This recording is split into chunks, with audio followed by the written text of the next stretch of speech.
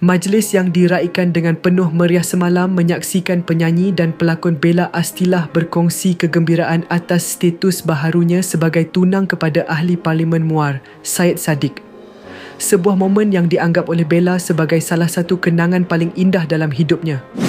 Guys, sebelum kita lanjutkan dengan topik bahagia ini, jom subscribe Drama Tu.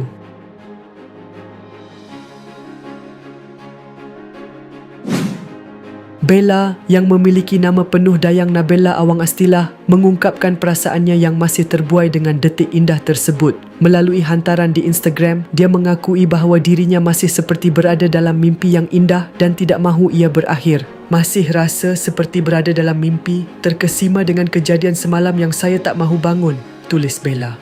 Di samping itu, Bella turut mengambil kesempatan untuk mengucapkan terima kasih kepada ibu tunangnya, Sharifah Mahani, melalui hantaran yang sama. Terima kasih Mama, saya sayang Mama, tulis Bella penuh rasa terharu. Secara rasminya saya telah bertunang, Alhamdulillah, tambahnya.